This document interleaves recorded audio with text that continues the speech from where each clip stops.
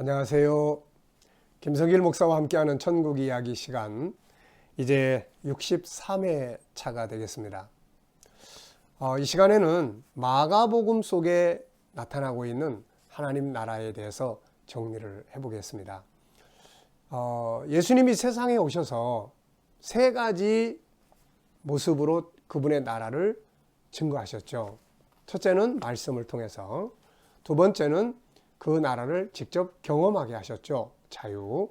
그 다음에 세 번째는 그분의 나라의 문화를 예수님의 생활을 통해서 보여주셨죠.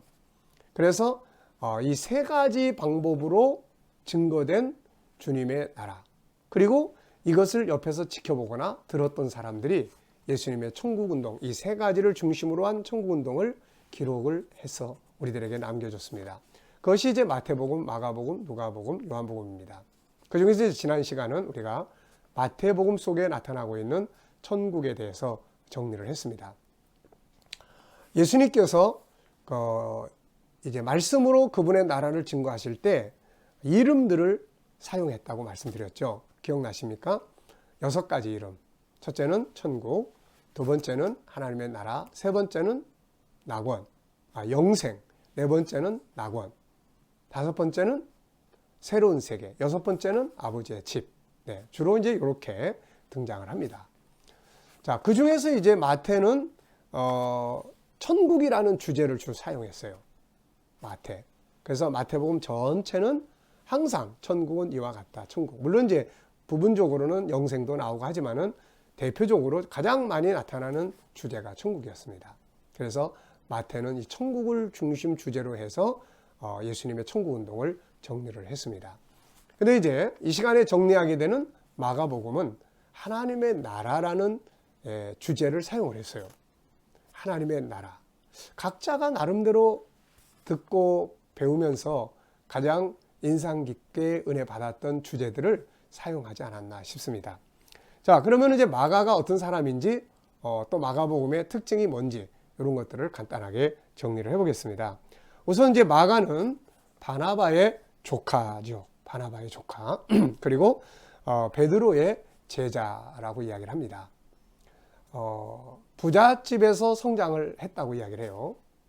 그래서 바울 사도하고 제1차 선교 여행을 떠납니다. 바나바, 바울, 그리고 마가 요한이 같이 동행을 했어요. 근데 이 사람은 가다가 다시 돌아와 버립니다. 이것 때문에 나중에 바울과 바나바 사이가 틀어지게 돼서 따로 선교 사역을 하게 된 동기가 됐죠. 물론 이제 나중에 마가는 다시 돌아와서 아주 좋은 바울의 사역자로서, 동역자로서 사역을 했다고 기록들을 하고 있습니다.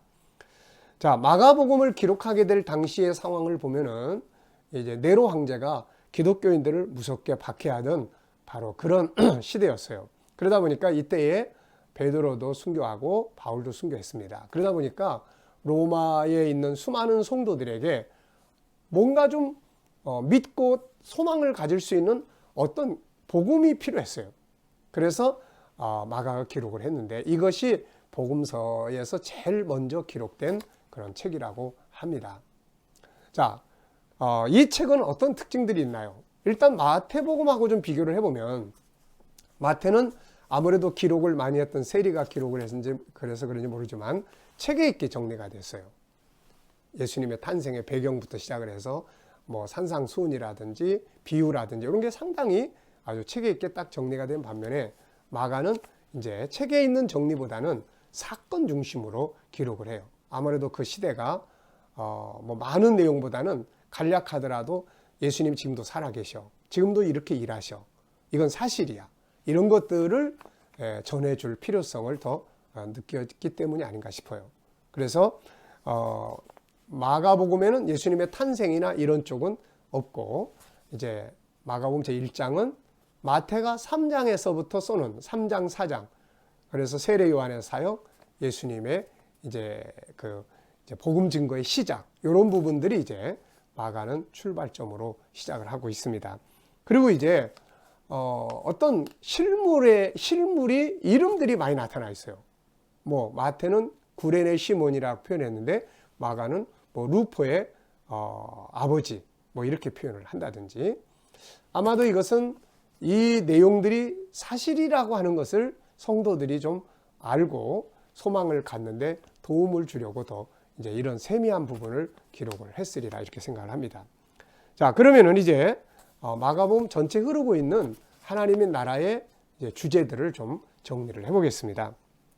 우선 1장 14절 15절 마태복음으로 보면은 이제 마태복음 4장에서 복음을 증거하시기 시작을 하죠. 그래서 마태는 회개하라 천국이 가까이 왔다 이렇게 이제 정리를 했어요. 근데 마가는 이것을 하나님의 나라가 회개하라 하나님 나라가 가까이 왔다라고 기록을 한 것을 볼 수가 있고요. 또 4장에 가면 이 4장은 이제 마태복음으로 말하면 마태복음 13장과 같아요.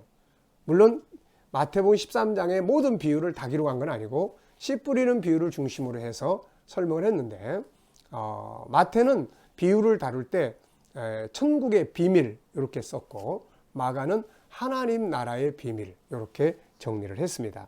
그리고 이제 마가복음 9장에 가면 변화산 예수님이 재림하실 때 있게 될 그런 이야기를 역시 동일하게 썼고요. 또 9장 43절 50절에 보면은 마태복음 18장의 내용과 같습니다. 마태복음 18장에 영생에 관한 이야기가 쭉 나와요 이제. 그래서 한 사람 실족시키지 않는 게 중요하다. 우리가 정말 지옥불 속에 들어가지 않고 영생 얻는 게 얼마나 중요한 것인지 잃어버린 양을 찾는 이런 말씀이 있어요. 이것을 마가도 역시 기록을 했습니다. 그러면서 여기서 이제 영생이라는 표현, 그러면서 하나님의 나라라는 표현 같이 사용을 하고 있고요. 이제 10장으로 넘어가면은 마태복음으로 하면은 19장의 이야기들이 이제 마가는 10장에서 거의 나타납니다.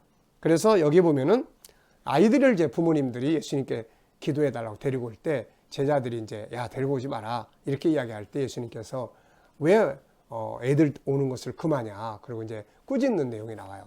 근데 마태는 여기서 천국이 이런 아이들의 것이다 라고 썼고 마가는 하나님의 나라가 이런 아이들의 것이다 이렇게 이제 썼습니다.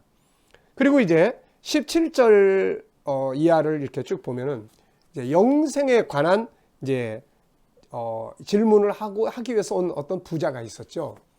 그래서 이제 이 부자에 관한 이야기를 역시 똑같이 기록을 하면서 영생 하나님의 나라. 그래서 부자가 하나님 나라에 들어가는 것이 이렇게 어렵다 하는 이제 이런 부분들을 써놨고요. 마가복음 10장 이제 28절부터 30절은 마태복음 19장 27절부터 내용하고 같은 이야기예요. 베드로가 예수님께 묻죠. 부자가 그냥 가는 걸 보고서는 예수님, 우리는 모든 거 다 버리고 주를 따랐는데 우리가 무엇을 얻을 수 있습니까? 그때 마태는 새로운 세계와 영생이라고 썼고 마가는 여기서 내세라는 말을 써요. 내세, 하나님 나라, 내세, 영생 이런 표현들을 사용을 해서 그때에 이제 우리가 영광을 얻게 된다. 이렇게 정리를 했습니다. 그리고 이제 14장과 15장은 이제 마지막 만찬으로부터 이제 예수님의 십자가에 죽으심에까지 이르게 되는 내용들이에요. 그래서 이 부분은 마태복음 26장, 27장하고 같습니다. 근데 이제 마지막 만찬 때 예수님께서 제자들에게 이런 말씀하셨죠. 잔을 나눠주시면서 받아 마시라. 이건 너희를 위해서 주는 내 피다. 그러면서 여기서는 이제 무엇을 약속을 했습니까? 아버지의 나라에서 새 것으로 마실 때까지 이런 표현을 썼어요. 마태는. 근데 이제 마가는 역시 하나님의 나라에서 새 것으로 마실 때까지 이렇게 썼습니다. 그러니까 마태는 아버지의 나라에서, 마가는 하나님의 나라에서 이렇게 표현을 했습니다. 그리고 이제 마가복음 15장 43절에 보면은 예수님의 시체를 이제 내려다가 자기 새 무덤에다가 이제 장례했던 아리마대 사람 요셉에 대한 이야기를 쓰면서 마가는 여기다가 하나님의 나라를 기다리는 사람이더라 라고 써놨어요. 아리마대 사람 요셉이 하나님의 나라를 기다리던 사람이었다 이렇게 써놨습니다. 그래서 마가복음은 그 시대적 어려움 속에서 성도들에게 소망을 주려고 이렇게 썼는데 그 소망을 주는 주제가 바로 하나님의 나라였습니다. 그 하나님의 나라를 얻기 위해서 우리가 어떤 고난도 이기고 가야 한다. 이걸 모범으로 보이신 분이 바로 예수 그리스도시다. 이런 내용들을 이제 정리해 준 것이 바로 마가복음입니다. 그래서 마태복음은 주제가 뭐예요? 천국. 마가복음은 주제가 뭐예요? 하나님의 나라. 그래서 이 예수님께서 가르쳐 주셨던 천국의 이름들을 이렇게 각자에 따라서 정리한 것을 볼 수가 있습니다. 이 시대에 우리에게 진정한 소망을 주는 것은 세상 나라가 아니고 로마 제국 같은 세상 나라가 아니고 그리스도의 나라, 하나님의 나라라는 사실을 분명히 기억하고 우리도 어떤 고난과 어려움이 있어도 소망을 가지고 주님의 가신 길을 따라갈 수 있어야 될 줄 믿습니다. 이 시간 말씀 여기서 마치겠습니다. 감사합니다.